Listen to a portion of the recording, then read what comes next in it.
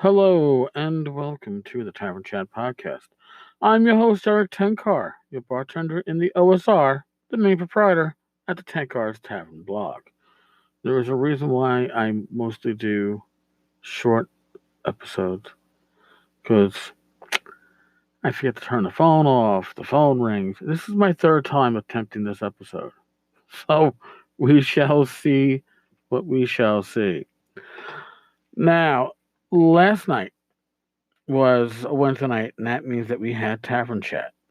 And as such, we talked about a lot of geeky stuff. We talked about gaming stuff. We talked about food.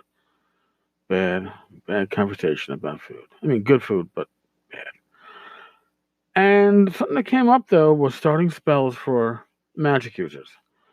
Now, I've mentioned in the past that the first edition DMG is really poorly organized. It is. It almost seems like just they put stuff in it in the order it was given to the editor or the layout person, with the exception of, yeah, we'll put all the magic items in the back. It really feels like that. There's little rhyme nor reason to it. But the idea here is that it's hidden on page 39 of the DMG is the starting spell tables that your magic user will get their spells from. Now, I find it interesting that there is no corresponding list of starting spell tables for illusionists, who you think would also have something similar. But I digress. Let's look at page 39 here. Let us now consider the spells given to Redouliant. I'm assuming I'm saying that right. Redouleent. Somebody can, if I'm mispronouncing that fucking word, just call and correct me. Whatever. By his wise old master, obviously an apprentice, must know how to read magic to be of use to his master. It is also an absolute must to anyone following the profession of magic user. So that spell is automatically capitalized on each magic user character's list of known spells. Then select by random means one spell each from the offensive, defensive, and miscellaneous categories listed below. Redouliant or any other player character magic user will then have a total of 4, count them, 4 spells with which to seek his or her fortune. So, you have offensive spells, defensive spells, miscellaneous spells. Now, I don't really like these lists. It's a total of 27 spells because it's 1 through 9, and if you happen to roll a 10 or a 0, you get to choose. So your offensive spells: Burning Hands, shitty offensive spell, but okay. Charm Person can be useful. Enlarge, Friends, it's kind of, Charm Person, Friends, Light, technically you can blind someone with it, so I guess it's offensive. Magic Missile, Push, Shock and Grasp, and Sleep. Every magic user worth their salt wants Sleep at first level.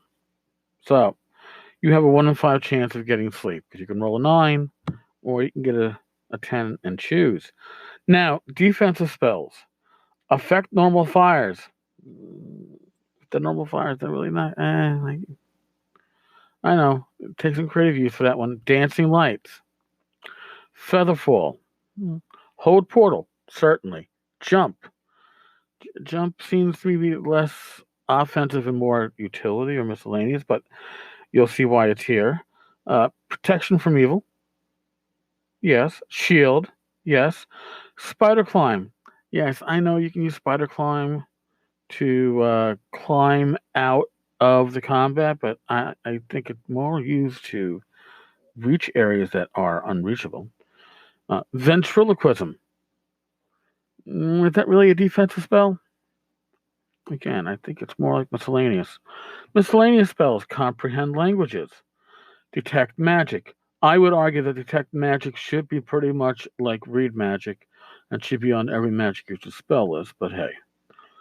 Erase, find familiar, identify, mending, message, unseen servant, and write.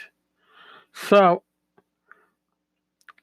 you see, they're pegging spells into categories where they really don't fit just to pump up these categories.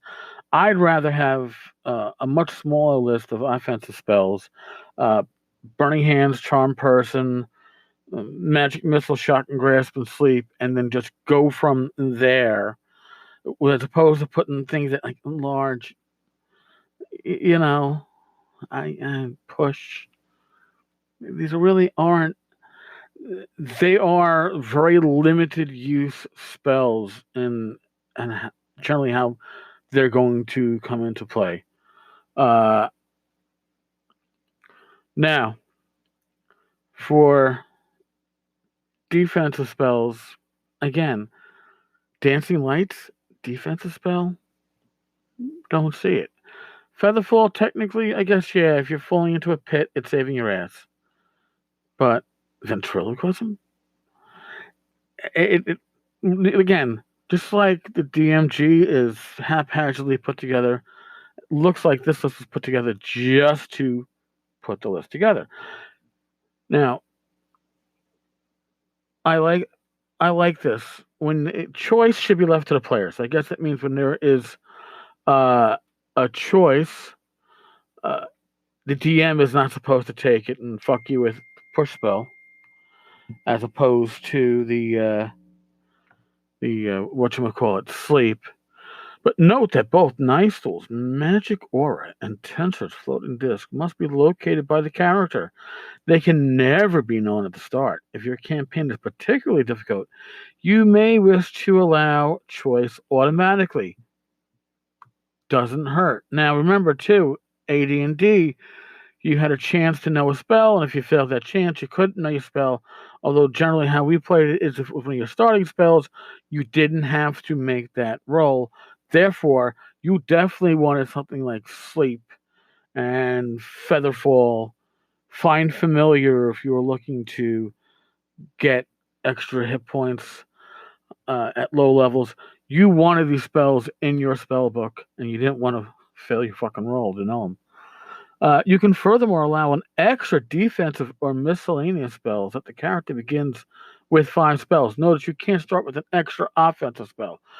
Your magic user is a one-trick pony at first level. And there you go. Oh, I apologize here. Apparently, acquisition of illusion spells is on the same page. Illusionists do not need the spell read magic or anything like it in pursuit of their profession. All illusionist spellbooks and scrolls are written in a secret tongue, which every apprentice learns from his or her mentor.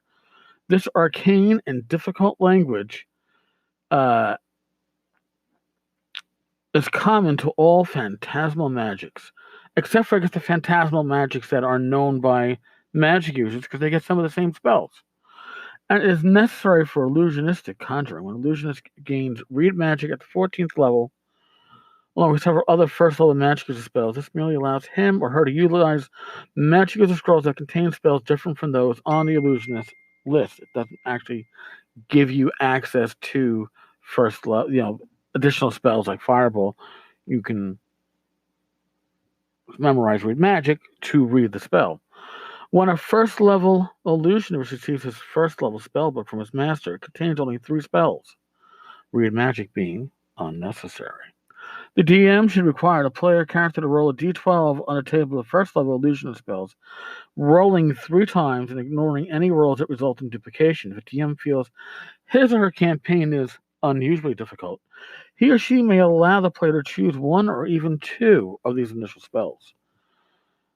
Again, there are spells on the spell list that are very niche in their usage. The mending spell. No, in my right mind, first level match user are going to have it memorized. You really, if you think about it, they want the offensive spells. Miscellaneous is when you're resting a day or two in town, and you can pull these out, or if you have enough spell slots that you can risk something like that. So, yeah, there we go. There's my bitching of the day. What I do when I run Swords and Wizardry Light, my players choose 3 or 4 spells from the list. That's what they start with. Sometimes, if I'm running a particularly dangerous campaign, I'll even throw in a second level spell so they have one they don't have to find by searching or going back and getting tutored. It doesn't just naturally appear in their head when they're adventuring, right? Does it? Maybe it does. Magically in your spell book as you are adventuring. Look, a new spell just appeared. Think about it. All right, folks. I'm going to bid thee adieu. Be safe. Be healthy. God bless. Roy as well. And I will talk with you all tomorrow. Later, folks.